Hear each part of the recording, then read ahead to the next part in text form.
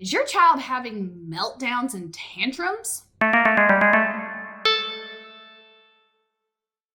I mentioned in my last video, I have 2 boys and they are both high functioning level 1s on the autism spectrum. One of the number one issues that parents complain about are tantrums and meltdowns.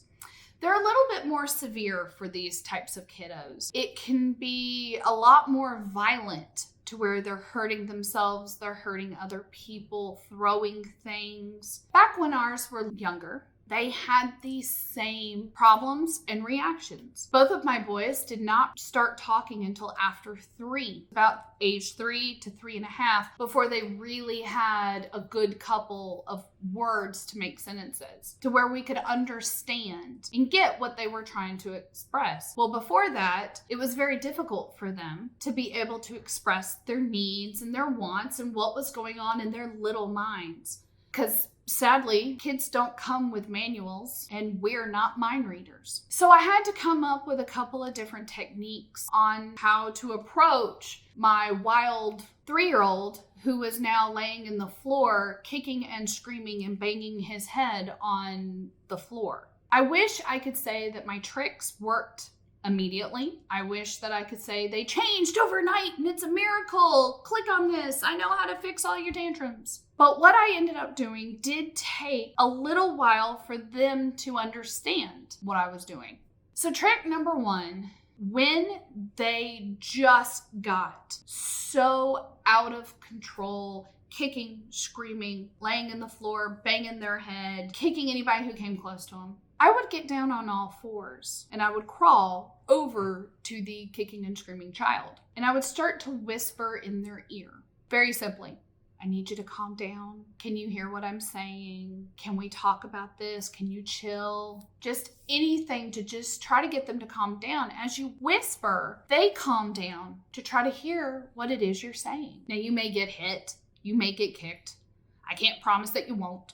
But after a minute or 2 of you whispering in their ear, they're going to kind of calm down just to see what you're trying to tell them. And in hopes that you can distract them long enough so you can figure out what the bigger problem is. One of the things I've learned is not to freak out at the situation of what is going on, they're melting down, but to ask yourself, how did we get to this point and why are they melting down now? I always joke that my oldest child is a lot like Shrek. He's an onion and you have to peel his layers to figure out what is really wrong, because he can tell you it was a terrible, awful, no good day when really it comes down to, well, some girl in class looked at him funny or a friend told him that he was being ridiculous over something. But that one event caused it to be the worst day ever. Once you can distract them long enough and work on fixing the problem, most of the times you can then get the meltdown to stop. Tip number 2,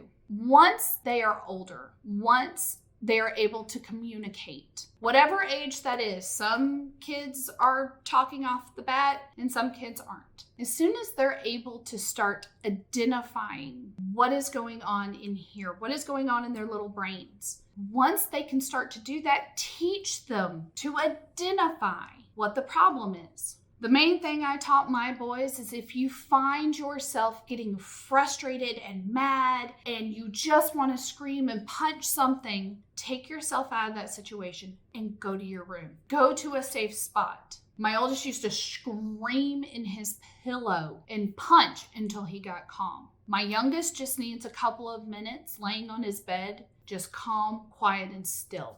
A lot of times, after they are calm, after they have figured out what is going on, then the 2 of us can sit down, we can talk, and we can figure out where we went wrong and how can we fix it. These meltdowns and tantrums do not have to be the end of the world. You do not need to feel like you are trapped in your house for fear that they will do this in public. We've all seen the videos of the children crying and screaming in the grocery aisles, and we don't want that to be us. We don't want people to think we're bad, terrible, awful parents because our kid is now laying in the grocery store aisle and crying because you won't let them have Lucky Charms. It doesn't have to be that way.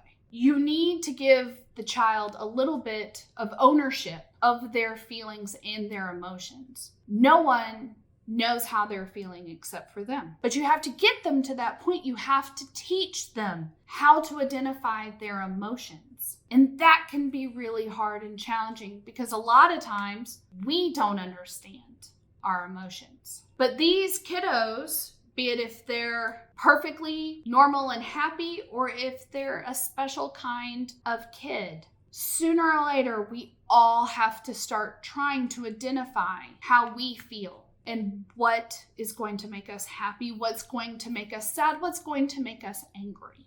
Another trick that I have, my youngest was that kid that would tell you how to play every game. He would assign pieces and game controllers, and you had to play in the order that he said you have to play.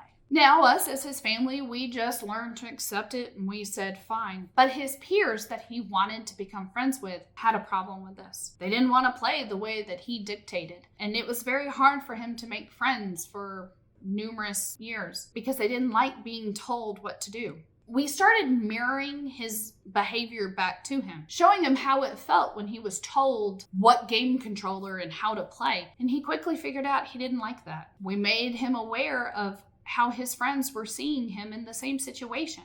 So over time, he started to correct that behavior because he wanted to be friends with somebody. He wanted a best friend. And if that's what he needed to do, then that's what he was going to do. Now, of course, he was a little bit older.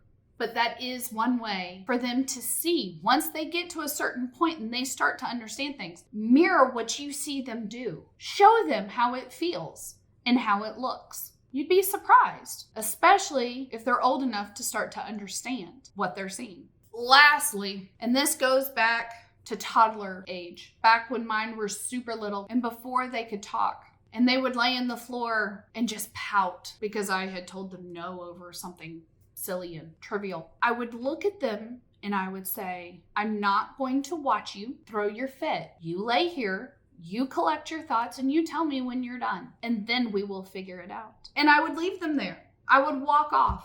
Now, of course, we were at home. I wouldn't dare leave my child in the grocery store aisle, but we were at home and I would say, I'm going upstairs. I have laundry to do. I have to go cook dinner. Let me know when you're good. And then they would come and find me and they would nod because, again, they couldn't speak yet. I taught the kids how to sign a little bit or how to gesture or how to show what it was. We had our own way of communicating. And they would come to me and we would figure it out and we would make it better or we would compromise or whatever we needed to do. But the main thing you have to remember, and it always comes back to this, is give yourself some grace and give yourself some time. Kids grow, they change, you change. Let them figure themselves out. Give them ownership of that. You will drive yourself crazy if you try to figure out why your child is always melting down over something. Because I learned things that I thought they would have a problem with, they ended up not. And things that I thought they would be perfectly fine with, we had a meltdown. I got tired of guessing. I got tired of trying to be a psychic and figure it out. And I know you're probably tired too. I hope some of these tips work for you. Let me know down in the comments below. Thank you so much for listening. If you like what I have to say here, please like, share, and subscribe, and I'll see you next time.